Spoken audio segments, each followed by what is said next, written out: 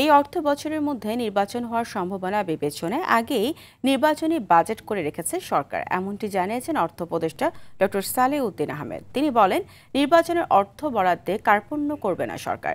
সকালে সচিবালয়ে সরকারি ক্রয় সংক্রান্ত উপদেষ্টা পরিষদের বৈঠক শেষে এইসব কথা বলেন তিনি।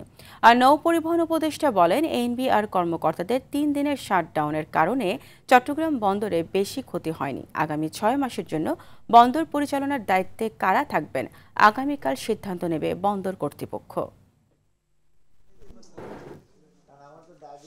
নির্বাচনের জন্য অর্থ যা বরাদ্দ দেওয়া হয়েছে এবং নির্বাচনের অর্থ যা দেওয়া হয় সেটা কোনো আমরা কার্পণ্য করবো না। পোর্ট অ্যাকচুয়ালি বন্ধ ছিল না, পোর্টে যে অবস্থা ছিল 3-4 দিনেরটা অলরেডি যেগুলি এক্সপোর্ট হওয়ার কথা ওগুলো ঢুকে গেছিল, কাজে ওইটাতে কোনো এফেক্ট হয়নি 3 দিন। যেটা এফেক্ট হয়েছে সেটা হচ্ছে এই জাহাজীকরণের পরে যেগুলো ভেতরে যাওয়ার কথা কাস্টম চেকিং এর পরে সেগুলোতে এফেক্ট হয়েছে। আমি এখনো নিরূপণ করিনি, বাট খুব বেশি একটা কিছু না।